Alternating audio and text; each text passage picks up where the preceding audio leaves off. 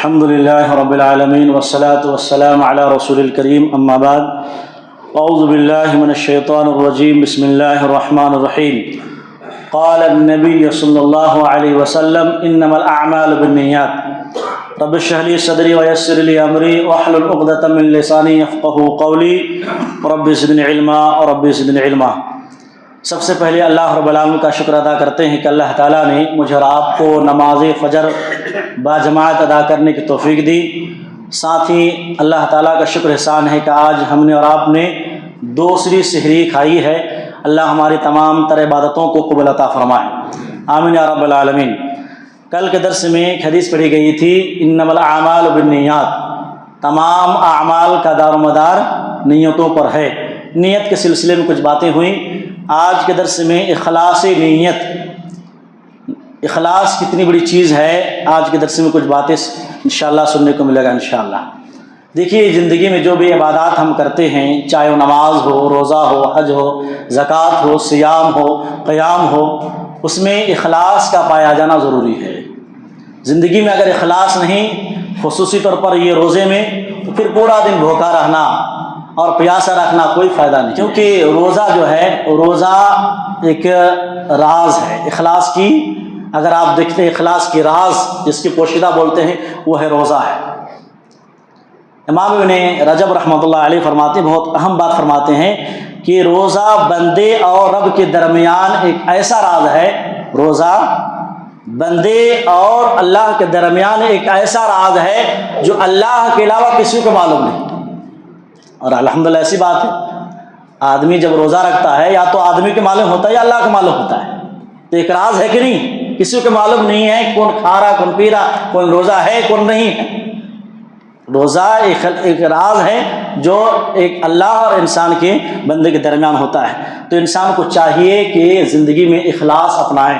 کوئی بھی عمل، چاہے صرف یہ روزے نہیں، جو بھی زندگی میں عمل ہو، اگر کسی بندے کے اندر، میرے اندر، آپ کے اندر، کسی مسلمان کے اندر ریاکاری کے جذبے ہیں، دکھاوا ہے، شہرت پسندی ہے، وہ نیک لوگوں میں نیک بننا چاہتا ہے، تو اس کے لیے دو وعیدیں سنائی گئی۔ پہلی بات یہ کہ ان کے تو جو عمل کرتے ہیں، جو نیکی کرتے ہیں، وہ تو ثواب سے محروم ہوگا ہی، لیکن ساتھ ساتھ وہ اللہ کے یہاں مجرم بھی ٹھہریں گے، گنہگار بھی ہوگا، اور اللہ اس کو جہنم میں ڈالے گا۔ حضرت ابو ہریرہ کی بہت مشہور حدیث ہے، صحیح مسلم کتاب الامارہ میں حدیث نمبر 1905 میں آپ کو معلوم ہے، ایک حدیث میں اللہ فرماتے ہیں، اس کا مفہوم یہ ہے، کیونکہ لمبی حدیث ہے، کہ قیامت کے دن 3 عظیم اعمال کرنے والوں کو منہ کے بل جہنم میں ڈھکیل کر رکھ دے گا۔ 3 عظیم اعمال، بڑے پائے درجے کی نیکیاں ہیں، لیکن اس کے باوجود ان کے چہرے کو گھسیٹتے ہوئے جہنم میں ڈال دے گا، اور سب سے پہلے جہنم کی آگ ان لوگوں سے بھڑکائی جائے گی۔ اور حدیث آپ سنتے ہیں، وہ کیا ہے؟ شہید، نمبر 1 میں شہید بلایا جائے گا۔ تم نے کیا کیا؟ کہا کہ میں اللہ تیرے راستے میں لڑتے لڑتے شہید ہو گیا۔ اللہ فرمائے گا تو جھوٹ بولتا ہے، تمہاری نیت کیا تھی کہ تم لوگوں میں جرحی کہو، لوگوں میں بہادر ہو، تمہارے چرچے ہو کہ تم کتنے بڑے بہادر ہو۔ اس کے پکڑ کر جہنم میں ڈال دے گا۔ سخی کہے گا دوسرے شخص، کہے گا تم نے کیا کہ اتنے مال دولت دی؟ کہا کہ اللہ تیرے راستے میں پورا سب کچھ لٹا دیا۔ کہا کہ تو جھوٹ بولتا ہے، تم نے سخاوت کس وجہ سے کی؟ لوگوں میں تم کو سخاوت کہے، تم لوگ کہے کہ کتنا اچھا آدمی ہے، لوگوں کو سب دیتا ہے، یعنی ریاکاری اور دکھاوا کے طور پر تم نے لوگوں کو صدقہ خیرات کیا تھا۔ دوسرا عالم قرآن کو بلایا جائے گا تو وہ کہے گا تیرے دین کی خاطر قرآن سکھایا، لوگوں کو پڑھایا۔ کہا کہ تو جھوٹ بولتا ہے، تمہاری نیت ہی کہ لوگوں میں علماء کے درمیان تمہارا مقام ہو، تم اپنی واہ واہی بٹورو، لوگ تم کا اچھا کہے۔ تو اللہ کے فرماتے ہیں تینوں جو شخص ہیں، شہید کوئی معمولی بات، سخی اللہ کے راستے خرچ کرنا کوئی معمولی نیکی ہے، عالم قرآن پڑھانا کوئی معمولی نیکی ہے۔ آپ سوچئے 3 عظیم اعمال ہیں، لیکن اس کے اندر اخلاص نہیں ہے۔ کیا نہیں ہے؟ جو کام کیے تو اس کے اندر خلوص للہیت نہ ہونے کی وجہ سے اتنے عظیم اعمال جو جنت میں لے جانے والے تھے، اب چھوٹی سی غلطی کی وجہ سے کہاں جا رہے ہیں؟ اب جہنم میں جا رہے ہیں۔ لہذا انسان کو چاہیے کہ اپنے اندر اخلاص پیدا کرے۔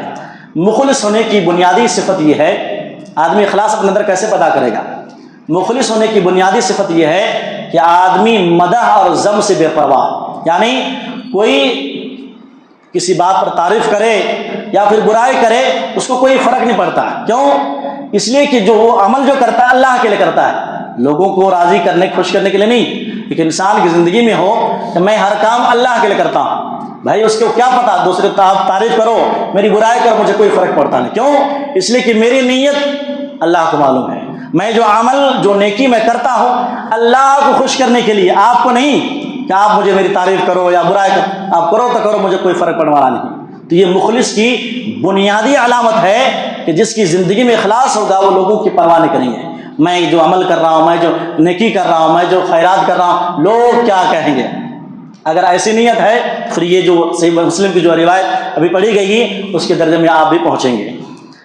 صحابہ کرام کی زندگی میں، اللہ اکبر، آخری پوائنٹ بیان کر کے بات ختم کر رہا ہوں. صحابہ کرام کی زندگی اور سلف صالح کی زندگی آپ پڑھو گے تو معلوم ہوگا کہ وہ عبادات سے زیادہ، عبادت کے اہتمام سے زیادہ اپنے اندر اخلاص پیدا کرنے کی وہ بھرپور کوشش کرتے تھے، اور ہر ممکن اپنے اپنے عمل میں اخلاص پیدا کرنے کی اہتمام کرتے تھے، اس کی ریاضت کرتے تھے، ان کی پریکٹس کرتے تھے. کہتے ہیں کہ قاضی فضیل، حضرت فضیل رضی اللہ، فضیل رحمہ اللہ جو تابعی ہیں، فضیل بن عیاض جو بہت بڑے تابعی ہیں، کہتے ہیں ان کے بچے نے سوال کیا کہ ابا جان کیا بات ہے کہ اصحاب رسول یعنی صحابہ کرام کی جو زندگی ہم پڑھتے ہیں تو ان کی باتوں میں اتنی مٹھاس کیوں ہے، ان کے قول میں، ان کے کردار میں اتنی ایمان کی لذت اور مٹھاس کیوں ہے؟ کہا کہ بیٹا واقعی تم پوچھنا چاہتے ہو کیا؟ کہا کہ ہاں ابا جان پوچھنا چاہتا ہوں کہ کیا بات ہے کہ صحابہ کرام کی ہر قول میں، ہر فعل میں ان کی جو باتیں ہوتی ہیں الگ سی ایمان کی لذت ہوتی ہے، مٹھاس ہوتی ہے. کہا کہ بات یہ ہے بیٹا لأنہم ارادوا وجہ اللہ، لأنہم ارادوا وجہ اللہ، اس لیے کہ ان کا مقصود اور مطلوب صرف اللہ ہے. صحابہ کرام کی قول اور فعل جو بولتے تھے، جو کرتے تھے، ان کے پیچھے صرف ایک ہی بات تھی کہ اللہ راضی ہو جائے. اسی وجہ سے صحابہ کرام کی ہر فعل میں، ہر بات میں آپ کو ایمان کی لذت ملے گی. اور واقعی ایسا ہے، کوئی ایسا صحابی آپ نہیں دکھا سکتے جس کے اندر ریاکاری ہو. اس کی پوری زندگی کتنے کتنے صحابی ہیں کسی کو معلوم نہیں ہے کیا کیا عمل کیے ہیں. عمل کو چھپاتے تھے، وہ نیکی کر کے وہ دکھاتے نہیں، شہرت نہیں کرتے تھے، وہ چھپاتے تھے. تو ایک تابعی کے بارے میں آتا ہے، بہت ہی توجہ چاہوں گا، اور یہ اگر سمجھ لیں کہ اخلاص کتنی بڑی دولت ہے، اخلاص کی لذت اور مٹھاس آپ کو چاہیے تو یہ واقعہ آپ کے لیے بہت ضروری ہے.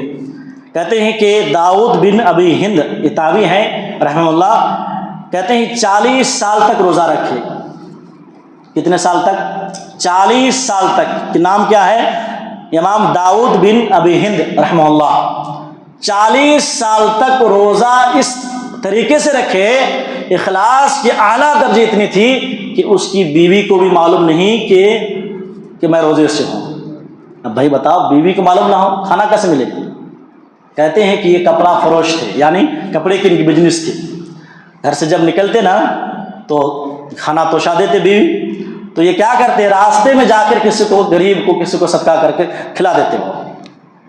اب بازار والوں کو معلوم ہوتا کہ بھائی کیوں کھا نہیں رہا، تو سوچتے کہ گھر سے کھا کے آ رہے ہیں. بیوی سمجھتی میں تو توشا دے رہی ہوں، یہ بازار میں جا کے کھا رہے ہوں گے.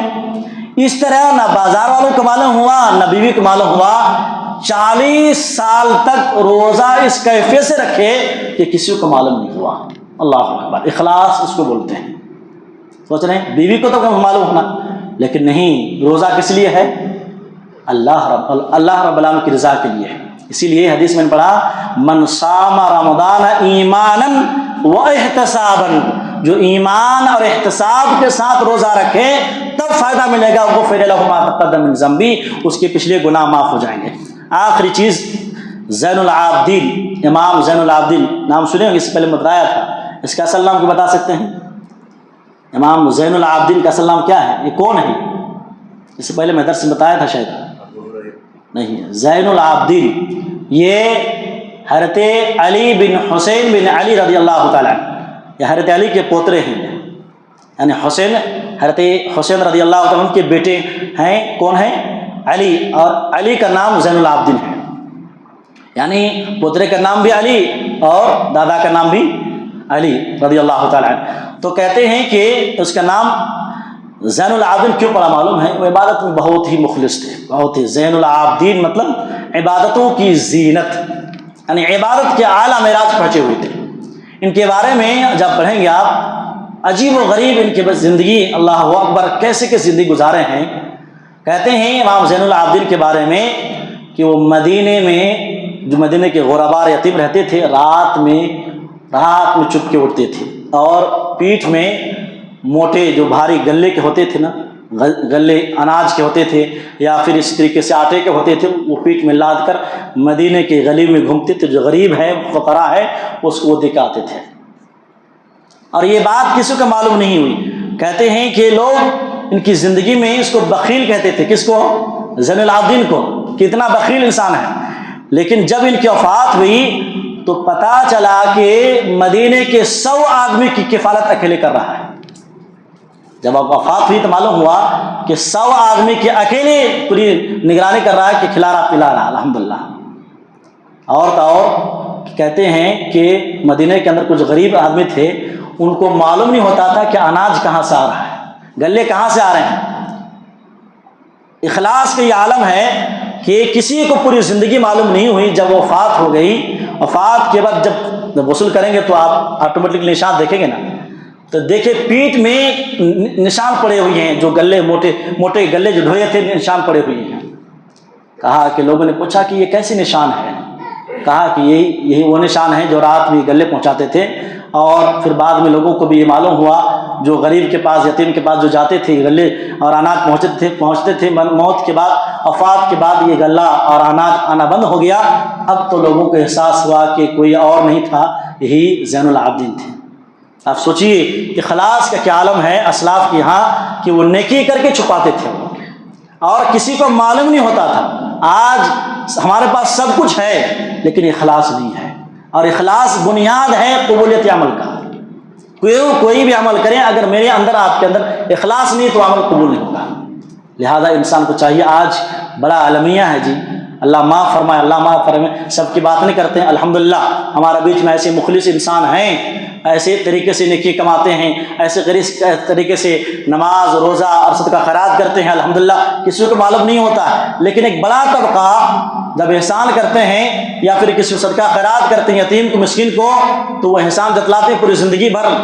کسی کپڑا دے دیے، ایک جوڑے کپڑے دے دیے، اب زندگی بھر کہیں گے میں نے تم کو ایک جوڑا کپڑا دیا تھا جی، تم میری بات کیوں نہیں مانتے؟ اس طریقے احسان جتلاتے ہیں۔ اگر ایسی نیت ہے پھر اس سے بہتر تھا کہ آپ نہ دیتے ہیں۔ اگر آپ کو ذلیلی کرنا تھا، احسان کر کے احسان جتلانا تھا، اس سے بہتر نہیں دینا تھا آپ کو۔ تو میرے محترم بھائیوں، خلاصہ کلام یہ ہے بیان کرنے کا کہ ہم جو عبادت ہم کر رہے ہیں ماہ رمضان میں، ہر عمل کے پیچھے ہم کو اخلاص پیدا کرنی ہے۔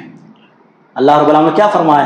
قل ان صلاتی ونسکی ومحیای ومماتی للہ رب العالمین۔ اے نبی آپ کہہ دیجئے، بے شک میری نماز، میری جینا، میری قربانی، میرا جینا، میرا مرنا، سب کچھ اللہ کے لیے ہے۔